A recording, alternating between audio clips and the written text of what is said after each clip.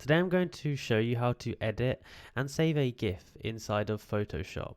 So first of all, what you need to know is that if you just copy and paste it into here, it's not going to work. See, it's just not working. Instead, what you want to do is you need to save the file. So I've saved it here.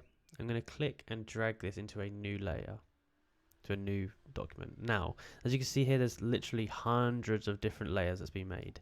These are all the photos in it. So you want to come up here to Window, Timeline, and then from here you can actually just play the video.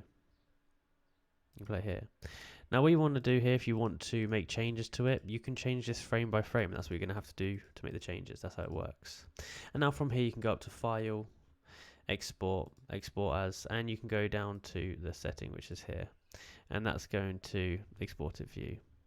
If you enjoyed this video and found it useful, please like, subscribe and comment down below that it worked. Thanks for watching.